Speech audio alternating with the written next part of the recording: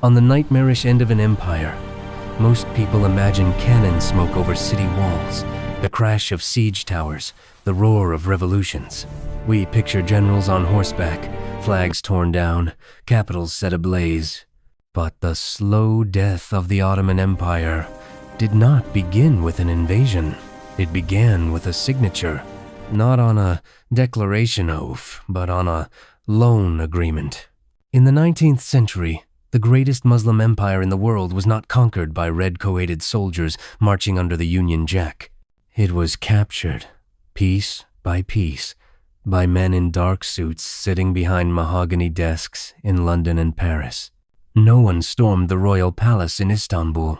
Instead, they quietly seized the empire's salt taxes, its customs duties, its tobacco revenues, until one day the Sultan discovered that the British didn't need to occupy his lands to rule them. They already owned the cash flow. On the map, the Ottoman Empire still looked terrifying. A patchwork of colors stretching from the Balkans through Anatolia, down to the holy cities of Mecca and Medina, over to the deserts of Syria and Iraq. It controlled the straits between Europe and Asia, the caravan routes to the Persian Gulf, the approaches to the Suez Canal. Any schoolboy staring at an atlas would have called it a superpower. But Mapsli, beneath the impressive borders, the empire was financially hollow. While Britain was laying down railways, spinning cotton in steam-powered mills, and inventing modern banking, the Ottomans were stuck in a pre-industrial tax system that leaked money at every step. Corrupt officials skimmed off the top, peasants paid in kind instead of cash, and the central treasury lurched from crisis to crisis. Britain saw something that the Ottomans themselves barely understood: an empire rich in land, trade routes, and future oil fields, but starved of capital and addicted to prestige. And in the age of empire, that combination was irresistible. You don't have to invade a state like that. You can just lend to it. Throughout the second half of the 19th century, a pattern emerged. Each time the Ottomans needed to fight a war, build a railway, or impress Europe with a new palace or warship, British and French bankers stepped forward with rescue loans. On paper, these were lifelines, generous advances from friendly powers, helping the sick man of Europe stand on his feet. In reality, every bond issue was another thread in a web of dependency, a web that would eventually wrap itself around the empire's throat. This is the story of that web. It is the story of how the Ottoman Empire mortgaged its future to cover its present, how London traders turned Anatolian tax farmers and Arab fishermen into unwilling tenants of European finance, and how, without firing a single shot, Britain learned to buy influence across the Middle East with compound interest rather than cannon fire. And it matters now, because the logic didn't die with the sultans.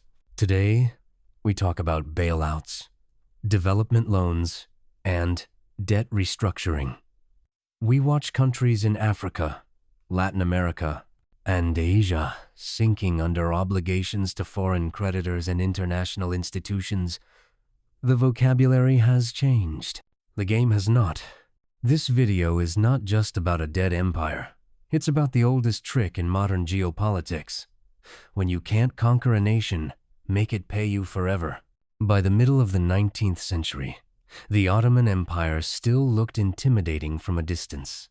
Its territory wrapped around the eastern Mediterranean, from the mountains of the Balkans to the deserts of Arabia. It straddled the straits between the Black Sea and the Mediterranean, sat next to the Suez route to India, and held the holy cities that mattered to hundreds of millions of believers. On a strategist's map in London, it was a keystone of global trade and imperial security. But step inside the borders, and the picture changed. While Britain and France were thundering into the industrial age, iron rails, coal smoke, telegraph wires, the Ottoman economy was trapped in an older world.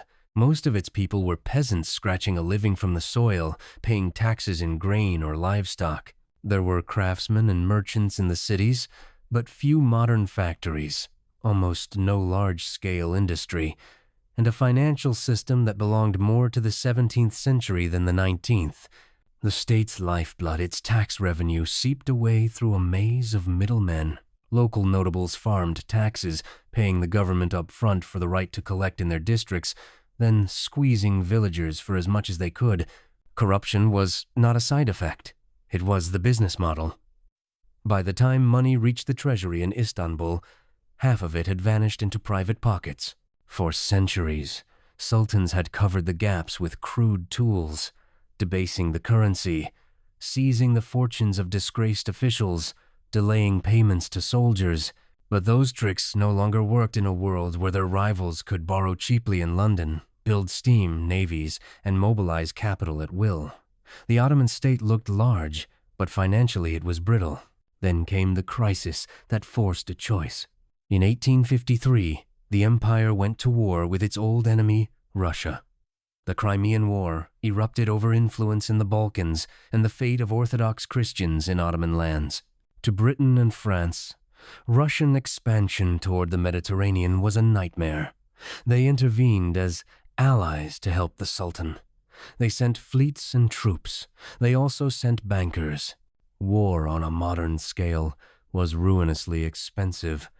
Paying and equipping armies in an era of rifles, artillery, and steamships demanded cash the treasury did not have.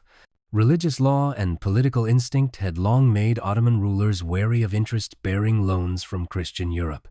But faced with Russian armies on the frontier and a balance sheet in free fall, those taboos buckled. In 1854, for the first time, the empire signed a major foreign loan in London and Paris. On paper, it borrowed a round figure. In reality, it received far less. The bonds were sold below face value, with heavy commissions and high interest rates to compensate investors for risk. The Sultan's government might sign for 100 units of debt and see only 80 inches actual gold, but it still owed interest on the full 100. To pay today's soldiers, it had quietly pledged tomorrow's taxes to foreign creditors. What looked like salvation, British money to hold back the Russian bear, was in fact the first mortgage on the Ottoman future. Guns fell silent in Crimea, but the habit the Ottomans had acquired there did not. They had discovered that with a few signatures in European capitals, shiploads of gold could be conjured out of thin air. The war ended, the borrowing did not. In peacetime, the justification shifted from survival to status. Ottoman elites looked westward with a mix of envy and insecurity. Paris had its grand boulevards and gas lamps. London had its opera houses, banks, and crystal palaces. Istanbul, by comparison, felt old. The Topkapi Palace, seat of the sultans for centuries, seemed cramped and oriental to a court obsessed with proving it was as civilized as any Christian monarch. So they went shopping. Sultan Abdülmecid ordered the construction of a new palace on the Bosphorus. Dolmabahçe. It would be a statement piece, a Europeanized-style Versailles on the water. Italian marble, French gold leaf, Bohemian crystal chandeliers. No expense was spared, because none of it was being paid for in cash. It was being paid for with promises. While peasants in Anatolia tilled fields with wooden plows, the Sultan imported baccarat crystal for his staircase. While provincial roads washed out in winter, the palace's ceilings glowed with imported oil lamps. On paper, this was modernization. In reality, it was vanity spending financed with debt. The same pattern played out at sea. Determined not to look weak next to the Royal Navy, the Empire ordered modern ironclads and guns from British and German yards.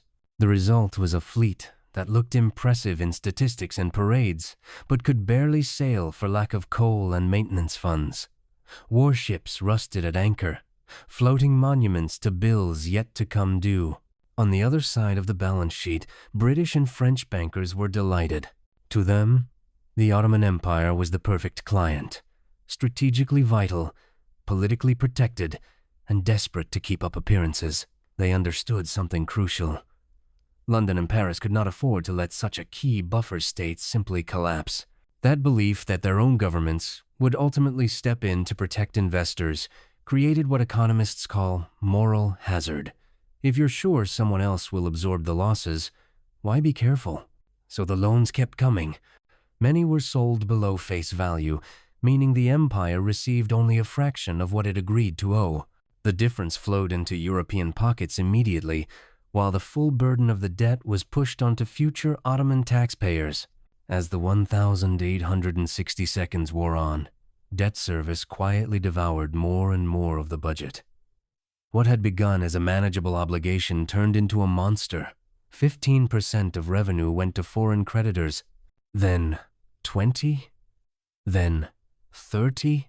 By the early 1,870 seconds, over half of every tax coin collected from a fisherman in the Aegean, a silk farmer near Bursa, a merchant in Damascus was being shipped out to pay interest. To bridge the gaps between these large foreign loans, the government turned to a group of local financiers in Istanbul's Galata district, Greek, Armenian, and Jewish banking families who provided short-term cash at steep rates.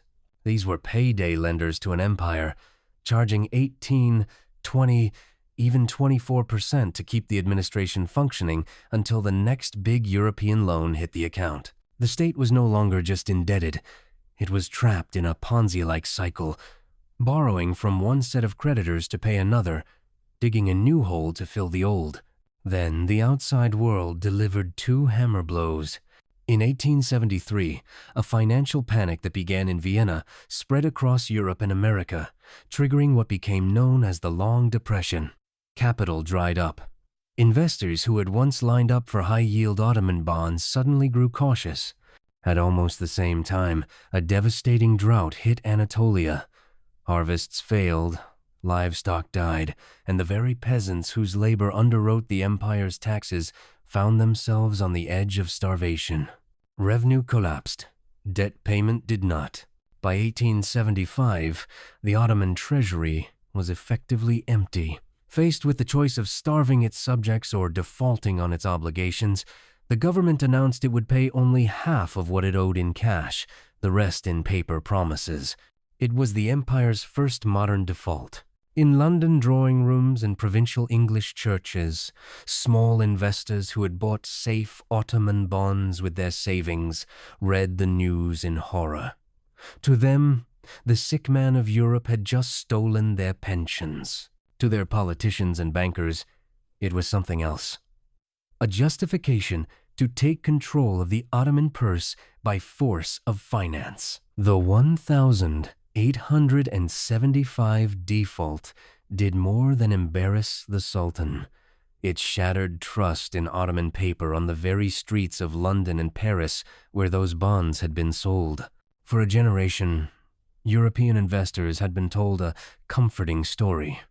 Lending to the Ottoman Empire was risky, yes, but ultimately safe, because Britain and France would never allow such a strategically vital state to fail. When the Turks suddenly halved their payments, vicars, shopkeepers, and retired officers discovered that the sick man of Europe had just amputated their savings. The political fallout was immediate.